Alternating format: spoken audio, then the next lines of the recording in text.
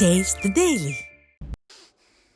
சென்னை அம்பத்தூர் சூரப்பட்டு பகுதியில் 53 வயதான குணசேகரன் தேங்காய் பறிக்க முயன்றபோது மின்சாரம் தாக்கி மதில் சுவர் மீது விழுந்து உயிரிழந்தார். தற்போது அந்த காட்சிகள் வெளியாகி அதிர்ச்சியை ஏற்படுத்திய நிலையில் அம்பத்தூர் காவல்துறையினர் உடலை மீட்டு உடற்கூறு ஆய்வுக்காக மருத்துவமனைக்கு அனுப்பி வழக்கு பதிவு செய்து விசாரணை நடத்தி வருகின்றனர். கடலூரில் தென்பெண்ணை ஆற்று வெள்ளப்பெருக்கால் பாதிக்கப்பட்டுள்ள மக்களுக்கு அதிமுக சார்பில் உணவு வழங்கப்பட்டது. எம்ஜிஆர் பேரவை இளைஞர் அணி துணை செயலாளர் கடலூர் KS கார்த்திகேயன் ஏற்பாட்டில் வெள்ளம் சூழ்ந்த பகுதியில் வீதிகள் தோறும் சென்று உணவு நிவாரணப் பொருட்கள் வழங்கப்பட்டது.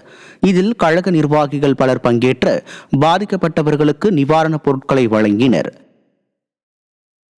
திருப்பத்தூர் மாவட்டத்தில் ஃபெஞ்சல் புயலால் ஏற்பட்ட கனமழையால் ஜோலார்பேட்டை அருகே ஏலகிரி ஏரி, பால்நாங்குப்பம் ஏரி, வெங்காயப்பள்ளி ஏரி நிரம்பி உபரி நீர் வெளியேறி நந்தினி நகர் குடியிருப்பு பகுதியில் புகுந்தது.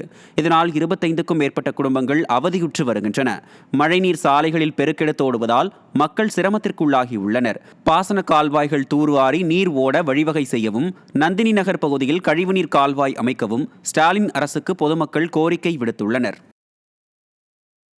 கள்ளக்குறிச்சி அருகே நல்லாத்தூர் கிராமத்தில் கனமழையால் கூரை வீடுகள் இடிந்து சேதமான நிலையில் அதிமுக MLA செந்தில்குமார் நேரில் சென்று பாதிக்கப்பட்டவர்களுக்கு ஆறுதல் கூறி நிவாரணப் பொருட்களை வழங்கினார்.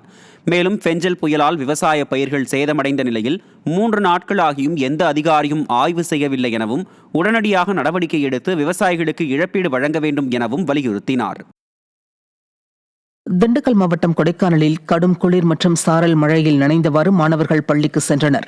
கொடைக்கானல் மலைப்பகுதிகளில் அடர்ந்த பனிமூட்டம் காணப்பட்டதால் பொதுமக்களின் இயல்பு வாழ்க்கை பெரிதும் பாதிக்கப்பட்டது. இந்த நிலையில் கொடைக்கானலில் இருக்கக்கூடிய தனியார் பள்ளிகளுக்கு விடுமுறை அளித்திருந்த நிலையில் அரசு பள்ளிகளில் விடுமுறை அளிக்காதது மாணவர்களிடையே அதிருப்தியை ஏற்படுத்தியது. திறனற்ற ஸ்டாலின் அரசின் பள்ளிக் கல்வித்துறை இதையெல்லாம் கண்டுகொள்ளாமல் ஆழ்ந்த உறக்கத்தில் இருப்பதாக பெற்றோர்கள் குற்றம் சாட்டுகின்றனர்.